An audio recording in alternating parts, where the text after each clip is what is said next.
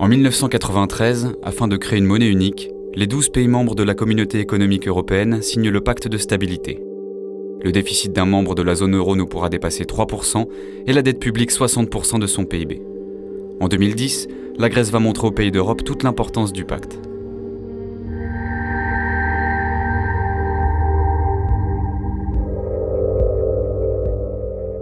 En 1981, quand elle intègre l'Union européenne, la Grèce est un pays pauvre qui se relève tout juste de plusieurs années de dictature. Mais le tourisme, l'explosion des services et les milliards d'euros d'aide européenne vont durablement augmenter le niveau de vie de la population.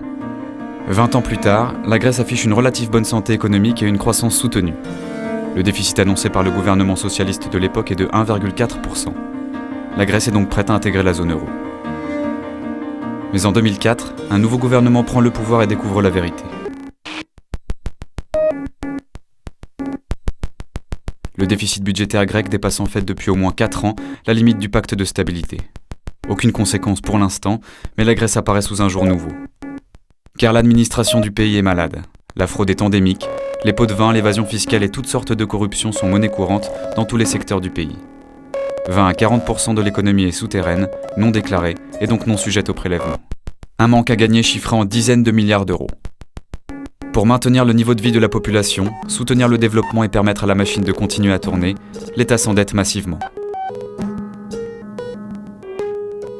Fin 2008, alors que survient la crise financière internationale, le contexte économique et social grec est morose. Les jeunes sont les plus diplômés d'Europe, mais ne trouvent pas de travail et accumulent les petits boulots. C'est la génération 700 €, le montant du salaire minimum.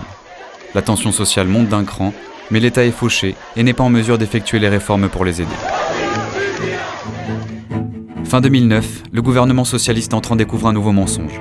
Le déficit public et la dette ont explosé et sont très largement supérieurs aux estimations du précédent gouvernement. D'ores et déjà affaiblie, la Grèce va connaître une descente aux enfers. Sur les marchés, on doute de la capacité d'Athènes à rembourser. Pour la première fois depuis le début de la crise, les agences de notation dégradent la note d'un pays de la zone euro, relevant les taux d'intérêt grecs. Il devient de plus en plus étouffant pour Athènes d'emprunter. Les marchés spéculent contre la dette souveraine de la Grèce, tirant l'euro vers le bas, et c'est désormais toute l'Europe qui est concernée. D'autres économies en difficulté, Portugal et Espagne en tête, pouvant être gravement touchées par une faillite grecque. La dette est de 300 milliards d'euros et Athènes doit en trouver 32,5 avant fin 2010 pour rembourser ses créanciers. L'Europe, perdue en négociation, met du temps à réagir. Plus le temps passe, plus les marchés attaquent, et plus les taux grimpent, plus la faillite est imminente. Au mois de mars, après des semaines de tractations houleuses, l'Europe, le FMI et Athènes s'entendent sur un prêt historique à destination d'un pays membre de l'Union. 45 milliards d'euros seront prêtés à taux réduit en 2010 et jusqu'à 110 milliards sur 3 ans.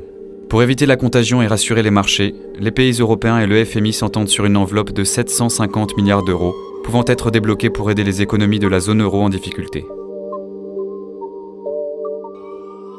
Mais c'est un plan d'austérité sans précédent qui attend désormais les Grecs. Dans la fonction publique, les salaires sont gelés et les primes sont drastiquement réduites. Pour les fonctionnaires et les retraités, 13e et 14e mois sont supprimés. La TVA et les taxes sur les cigarettes, l'alcool et le carburant sont augmentées. De nouveaux impôts sont créés. Les transports publics et la poste sont en partie privatisés. Le salaire minimum est réduit. Des manifestations vont réunir 30 000 personnes et faire 3 morts. Mais éradiquer la fraude et assainir la situation nécessitera encore d'immenses concessions et des années d'efforts.